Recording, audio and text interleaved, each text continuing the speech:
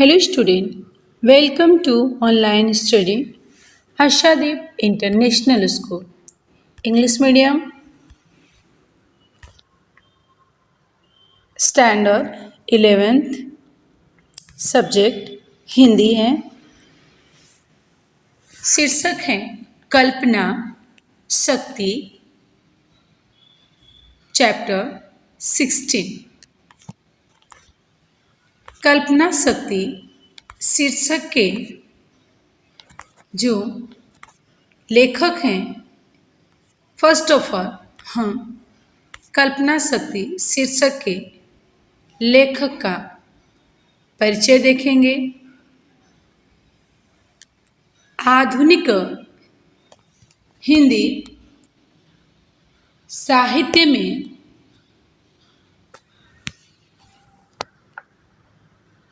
शीर्ष के निर्माताओं में से एक बालकृष्ण भट्ट का जो जन्म है वो 1884 ईस्वी में उत्तर प्रदेश में हुई। इन्हें प्रारंभ में घर पर ही 15-16 वर्ष तक संस्कृत की शिक्षा मिली। फिर स्थानीय मिशन स्कूल में 10वीं कक्षा तक इन्होंने अध्ययन किया था। वे जमुना मिशन स्कूल प्रयाग में संस्कृत के अध्यापक के रूप में कार्य किए थे। वे एक सफल नाटककार, पत्रकार, उपन्यासकार और निबंधकार थे। हिंदी प्रदीप पत्रिका का संपादन भी इन्होंने किया। ये इनका विचार प्रधान निबंध है। बालकृष्ण भट्ट की मृत्यु 1914 ईस्वी में हुई थी। कल्पना शक्ति शीर्षक से संबंधित हम लोग देख रहे हैं। फर्स्ट ऑफ ऑल तो मैं एक प्रश्न करूं आपसे कि कल्पना शक्ति अर्थात क्या? आप कुछ अपना दिमाग लगाकर सोचिए कि कल्पना शक्ति यानी होता क्या है। कल्पना शक्ति यानी होता है कि हमारे सोचने का, हमारे थॉट पावर होता है। थॉट पावर यानी कि हमारे सोचने की शक्ति। हम क्लास में, फॉर एग्जाम्पल, क्लास में आप पढ़ रहे होते हैं और पढ़ते पढ़ते आप मामा जी के घर, बुआ सा के घर, दादी जी के घर पहुंच जाते हो। वहाँ पे आप उनके साथ बहुत धूम मचाते हो, बहुत खेलते हो। ये क्या दर्शा रहा है? कल्पना शक्ति। हाँ, इस समय तो आप क्लास में हो, पढ़ाई करने आए हो, लेकिन आपकी कल्पना शक्ति के द्वारा आप इस क्लास से उठ कर के बहुत दूर चले गए। क्लियर? तो ये हमारे जो है कि एक स्थान से दिमाग, हमारा शरीर मूर्त रूप में वही रहता है और हमारा जो है कि अवचेतन मन कहाँ कहाँ घूमकर आ जाता है। कल्पना शक्ति सिर्फ मनुष्यों के पास होती है, अन्य कोई प्राणी कल्पना नहीं कर सकता क्योंकि वह सोच नहीं सकता। प्रस्तुत निबंध में लेखक ने कल्पना शक्ति के महत्व को दर्शाने की कोशिश की है। वे कहते हैं कि कल्पना शक्ति व्यक्ति की प्रतिभा का परिचायक होती है। कवि और लेखक अत्यंत कल्पनाशील होते हैं। बहुत ही सुंदर बातें कही है। कवि और लेखक कल्पनाशील होते हैं, इनके जैसी कल्पना कोई नहीं कर सकता। कवि के लिए बच्चों बहुत ही सुंदर पंक्तियां किसी ने लिखी हैं कि जहाँ न पहुँचे रवि वहाँ पहुँचे कवि। यानी जहाँ सूर्य की किरणें भी नहीं पहुँच पाती हैं वहाँ कवि की कल्पना पहुँच जाती है। सूर्य की किरणें जहाँ नहीं पहुँच पाती हैं, वहाँ कवि की कल्पना पहुँच जाती है। तो आप सोच सकते हो कि लोगों की कल्पना करने की पावर कितनी है। अपनी कल्पना के आधार पर ही वे दुनिया के अमर साहित्य का सृजन करते हैं। कौन? कवि और लेखक। कल्पना सृजन के लिए अनिवार्य तत्व है। कल्पना सृजन के लिए अनिवार्य तत्व है, किंतु लेखक व्यंग्यपूर्ण भाषा में हमें यह भी बताने से नहीं चूकता कि सिर्फ कल्पना करना पर्याप्त नहीं होता, बल्कि अभ्यास ज़्यादा महत्वपूर्ण होता है। स्टूडेंट, इससे कहते हैं ख्याली पुलाव। अगर आप देख रहे हो कि मैं एक मर्सिडीज कार ड्राइव कर रहा हूँ, तो कार ड्राइव कर रहा हूँ, मुझे बहुत आनंद आ रहा है, पर उस कार को ड्राइव करने के लिए, वो आनंद लेने के लिए आपको उस कार को अपने तक लाने के लिए कार्य तो करना पड़ेगा, श्रम करना पड़ेगा। तो ये श्रम को हम क्यों भूल जाते हैं? हम कल्पना करते हैं और कल्पना करके बहुत सी खुशियाँ हासिल करते हैं। कल्पना में हमारे पास बहुत बड़ा बंगला है, घर है, बैंक बैलेंस, गाड़ी, सब भौतिक सुविधाएं हैं। ऐसी कल्पना सब कर लेते हैं, लेकिन उस कल्पना को मूर्त रूप देने के लिए जो लॉ ऑफ अट्रैक्शन है, जो गुरुत्वाकर्षण जो पावर है, उसका यूज क्यों नहीं करते? आज हमने देखा कि आज हम ये वाली बाइक चला रहे हैं, तो कल दूसरी बाइक आ जाएगी,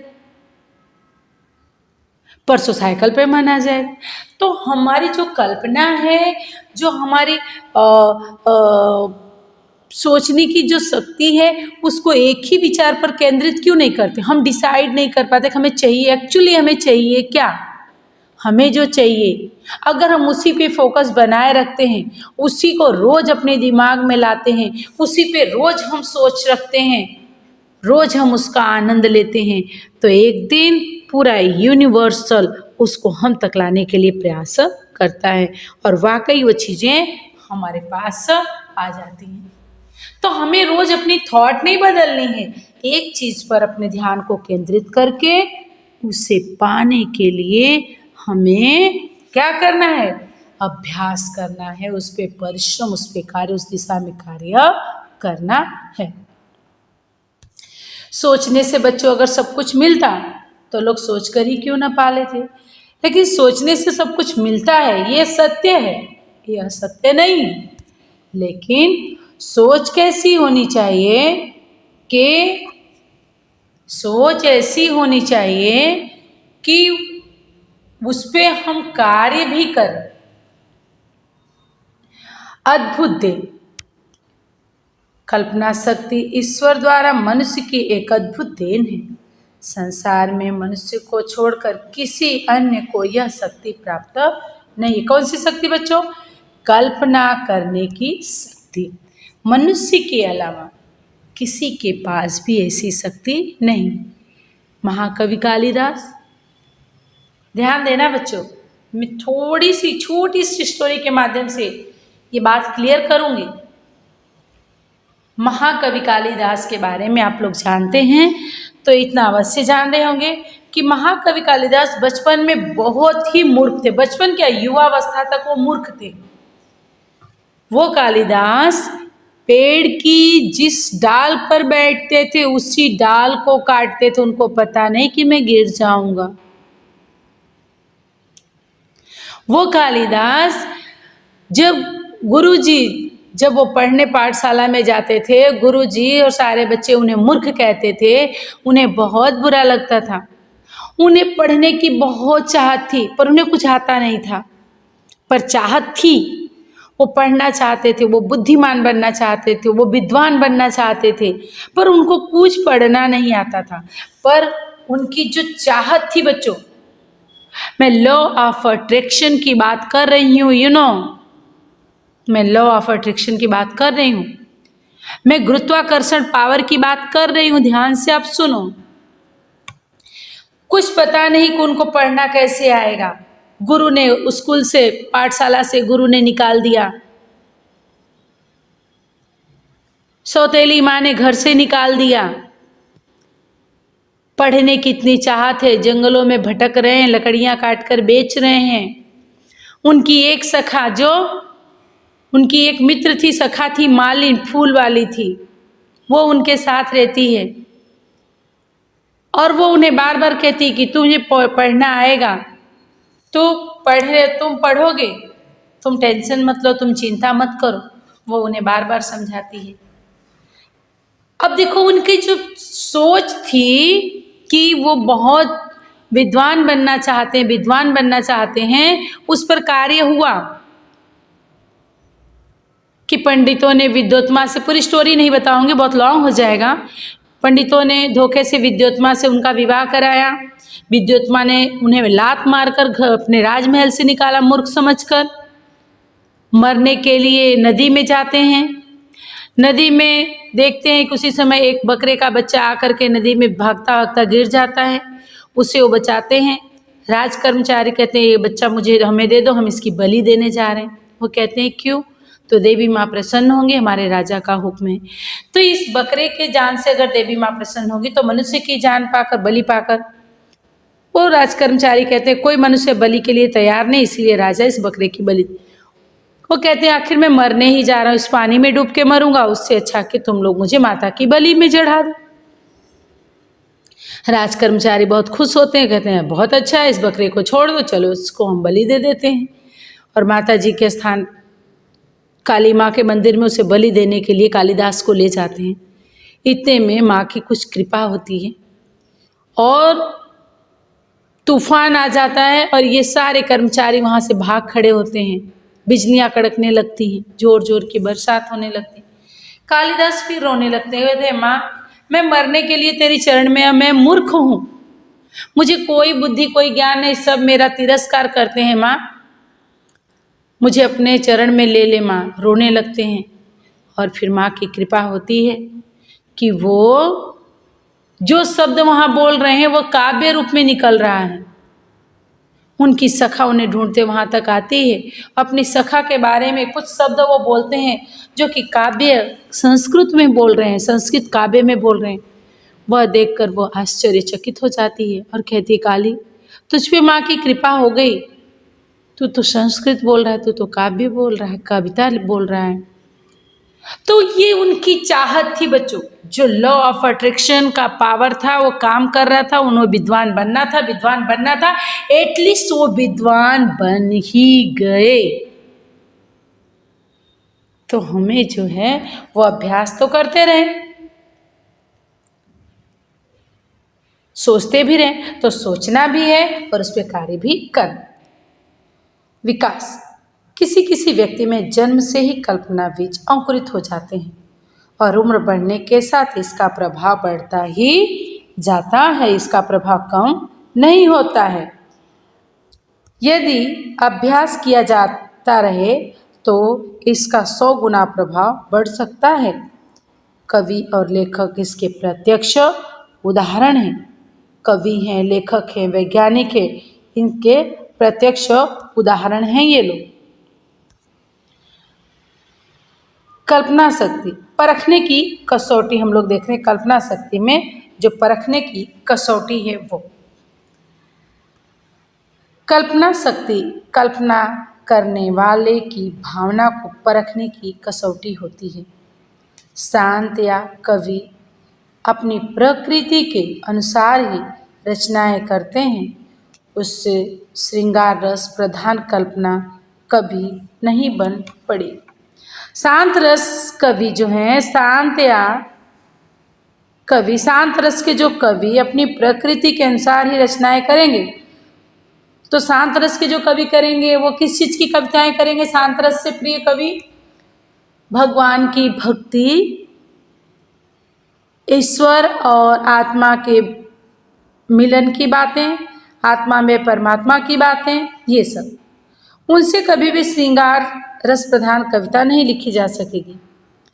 वीर रस काव्य के लिए भूषण अथवा श्रृंगार रस के लिए जयदेव की रचनाएं विशेष रूप से उपयुक्त हैं। अगर वीर रस की बात की जाए तो कवि भूषण, और श्रृंगार रस की बात की जाए तो कवि जयदेव की रचनाएं विशेष रूप से उपयुक्त थी। कि कवि भूषण को शांत रस की कविता लिखना नहीं आएगा, कवि भूषण को श्रृंगार रस की काव्य लिखना नहीं आएगा। कवि भूषण तो कैसी रचनाएं लिखेंगे? वीर रस की।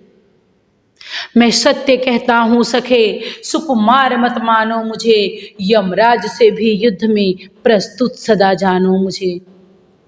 ऐसी कविताएं। रणबीर चौकड़ी भर भर कर चेतक बन गया निराला था, राणा प्रताप के घोड़े से पड़ गया हवा का पाला था। ऐसी कविताएं भूषण की, वीर रस की। और श्रृंगार रस की जयदेव, बतरस लालच लाल की, मुरली धरी लुकाए, सौह करे भौहन हंसे, दैन कहे नटी जाए। ये राधा कृष्ण के प्रेम की बातें कवि जयदेव, उनसे कभी भी वीर रस के काव्य नहीं लिखे जा सकते। आगे हम लोग देख रहे हैं कल्पना का आर पार नहीं।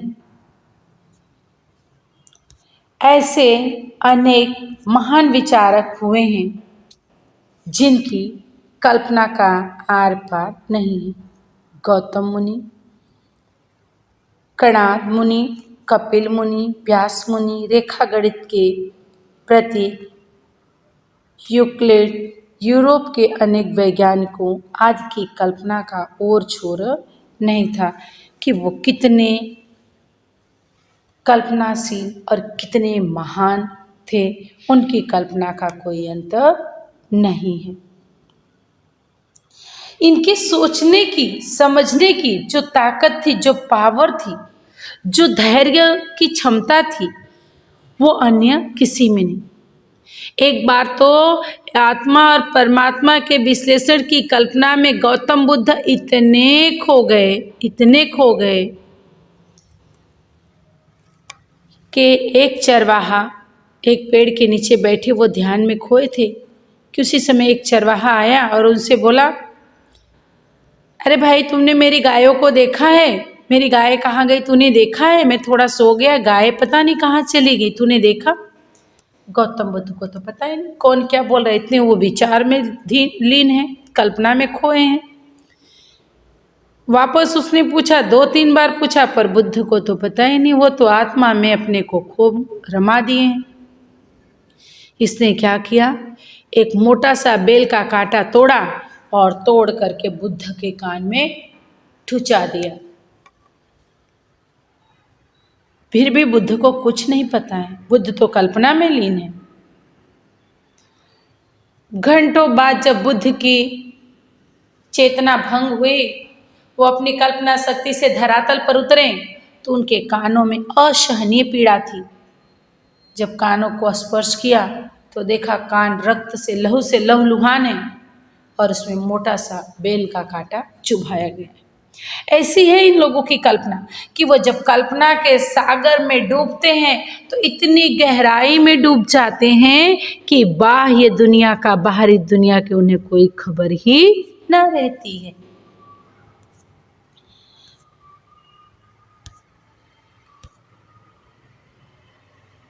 कल्पना शक्ति के साथ साथ अभ्यास जरूरी है, यानी कि मूर्त रूप देने के लिए कल्पना शक्ति के साथ साथ अभ्यास जरूरी। लेखक व्यंग में कहते हैं कि सिर्फ कल्पना करना ही पर्याप्त नहीं होता, कल्पना के साथ साथ अभ्यास बहुत महत्वपूर्ण होता है। वैसे संपूर्ण भारत ही इस कल्पना के पीछे नष्ट हो गया, जहाँ कल्पना के अलावा करके दिखाने योग्य प्रैक्टिस कुछ रहा ही नहीं, वहाँ पे कोई कुछ नहीं कर सका। पाठ से रिलेटेड शब्दार्थ हम लोग देख रहे हैं। प्रतिभा, बुद्धि, प्राक्तन, प्राचीन, परा, फरागत छुट्टी मुक्ति, प्रदत्व दिया हुआ, यावत मिथ्या सब असत्य सब झूठ, दरोग असत्य दरोग असत्य, किवलेगाह काबा अस्मरण सम्माननीय व्यक्ति। पाठ से रिलेटेड शब्दार्थ में और भी हैं, देख रहे हैं हम लोग। इन शब्दार्थों में हेय त्याज्य छोड़ने योग्य तुच्छ, नश्वर नष्ट हो जाने वाला, निर्वाण मुक्ति प्राप्ति का साधन, गारत नष्ट बर्बाद हुआ, पगी हुई यानी डूबी हुई, पगी हुई जैसे चाशनी में किसी चीज़ को डुबा देते हैं उसको कहते हैं पगी हुई के डूबी हुई। प्रभृति इत्यादि। आकल्पांत कल्प के अंत तक के लिए, कल्प चारों युग हर बार बीत जाए उतना सब। तो ये पाठ 16 कल्पना शक्ति कंप्लीट होता है। इससे रिलेटेड आपको वर्कशीट दी गई है। वर्कशीट के क्वेश्चन आंसर आपको कंप्लीट करना है और अगर कोई भी क्वेरी हो तो आप लोग ज़रूर पूछिए। Okay, thank you so much.